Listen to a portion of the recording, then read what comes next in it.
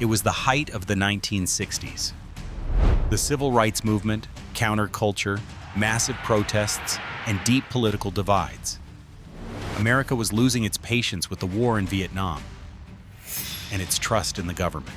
All communists in the world were working together, and that the way to defeat those communists, or at least to hold the line against them, was containment. In January 1968, the Tet Offensive, a massive, coordinated surprise attack across South Vietnam, erupted, shattering the illusion of progress long claimed by U.S. leaders. The enemy very deceitfully has taken advantage of the Tet truce.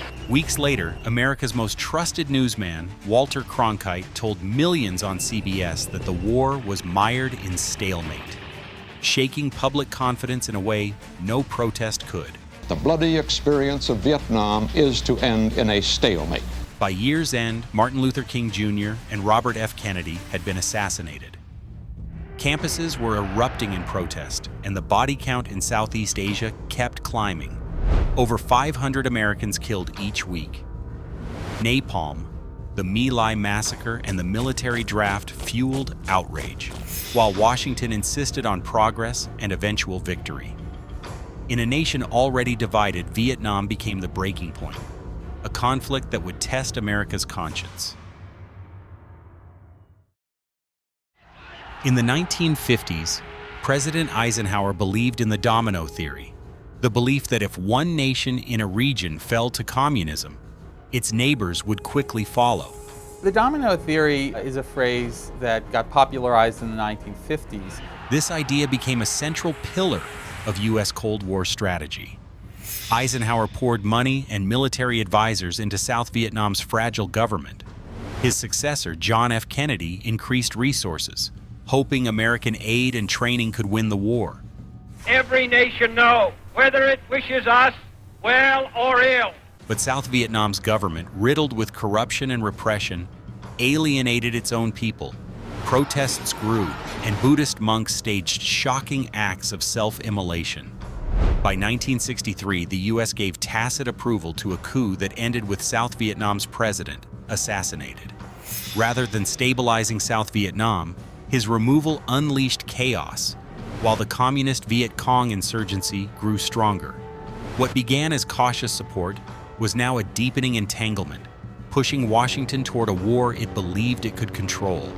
A controversial turning point came in August 1964 with the Gulf of Tonkin incident, when U.S. officials reported that North Vietnamese patrol boats had attacked American destroyers on 2 separate occasions. While the first clash did occur, later evidence revealed that the second alleged attack likely never happened.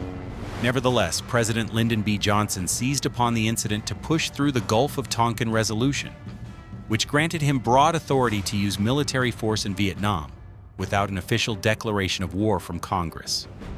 In practice, it transferred Congress's constitutional war-making power to the executive branch, giving Johnson unprecedented freedom to escalate U.S. involvement, committing ground troops, ordering bombing campaigns, and widening the conflict largely at his own discretion.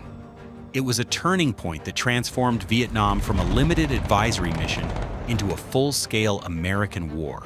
The President has asked that the destroyer force be doubled and that an air cap, a combat air patrol, in the event of a further attack upon our vessels in international waters, we are to respond with the objective of destroying the attackers.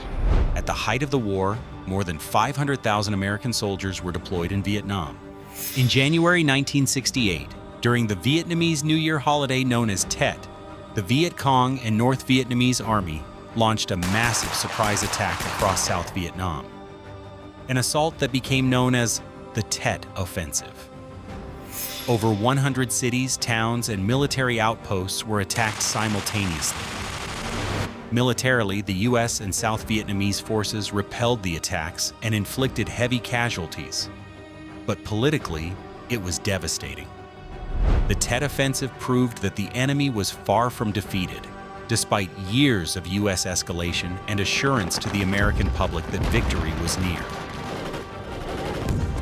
All the challenges have been met. The enemy is not beaten, but he knows that he has met his master in the field. Television broadcasts of fierce fighting, even within the U.S. Embassy grounds in Saigon, contradicted official claims of progress. Public opinion shifted sharply, and President Johnson, in a dramatic televised address, announced he would not seek re-election. When Richard Nixon took office in 1969, America was exhausted by war. He launched Vietnamization, pulling U.S. troops out while shifting the fight to South Vietnam. But even as he promised peace, Nixon escalated the conflict, widening bombing campaigns and secretly striking Cambodia and Laos. The devastation to civilians destabilized the region and fueled the rise of the Khmer Rouge, a radical communist guerrilla movement in Cambodia. Anyone with perceived privilege, anyone who was educated with links to the former government were hunted down and were murdered. In January 1973, the Paris Peace Accords were signed, calling for U.S. withdrawal and a ceasefire. Yet the peace was fragile. Violations began almost immediately. The agreement on ending the war and restoring peace in Vietnam was initialed by Dr. Henry Kissinger on behalf of the United States. Despite 2 decades of U.S. involvement, billions in aid, and enormous loss of life, the war's central goal, stopping the spread of communism in Southeast Asia, was not achieved. After the U.S. withdrawal in 1973, South Vietnam's survival depended almost entirely on American financial and military support. But political winds in Washington had shifted. By 1974, amid the Watergate scandal and economic troubles at home, Congress slashed aid to Saigon.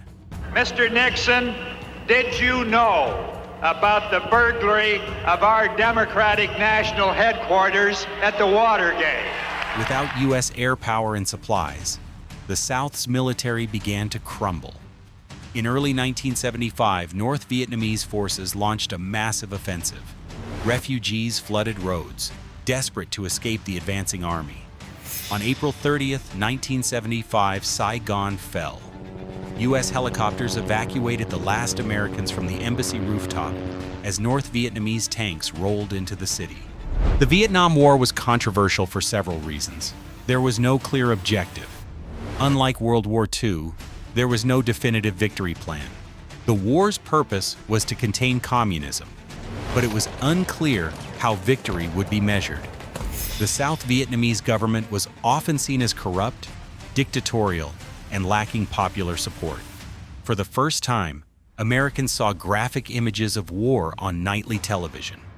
Footage of burned villages, body bags, and civilian casualties eroded public trust. Young men were conscripted through the draft, and exemptions often favored the wealthy and well-connected, leaving working-class Americans and minorities to fight in disproportionate numbers. U.S. bombing campaigns like Operation Rolling Thunder and events such as the My Lai massacre, where U.S. troops killed hundreds of unarmed civilians, shocked global opinion. Massive protests erupted on college campuses and in major cities. The 1968 Democratic National Convention in Chicago descended into chaos as police clashed with demonstrators. The anti-war movement became one of the largest in U.S. history, uniting students, civil rights leaders, veterans, and even lawmakers. The end of the war left deep moral and political wounds, particularly because so many allies were left behind. South Vietnamese soldiers who had fought alongside Americans were sent to re-education camps, where many endured years of harsh imprisonment. Civilians who had worked with U.S. forces, translators, drivers, and informants, were often executed or imprisoned. In Laos, the Hmong people, who had fought in a CIA-backed guerrilla campaign against communist forces, faced brutal persecution after the U.S. withdrawal. Tens of thousands fled, many dying during treacherous escapes. In Cambodia, the U.S. bombing and political instability paved the way for the Khmer Rouge, whose genocidal regime resulted in nearly 2 million deaths. The Vietnam War reshaped U.S. politics. Congress reasserted authority with the War Powers Act of 1973, limiting presidential war powers.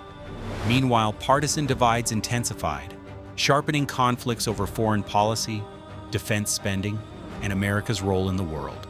For veterans, the war's end was bittersweet. Many returned to a country deeply divided over the conflict, facing indifference or hostility instead of gratitude. For the Vietnamese, Laotians, and Cambodians who had relied on the United States, it was a human tragedy that echoed long after the last American helicopter left Saigon. The war did not stop the spread of communism in Southeast Asia. It did not secure the future of the South Vietnamese people, and it left America deeply scarred, proving that how a war ends can weigh on a nation for generations.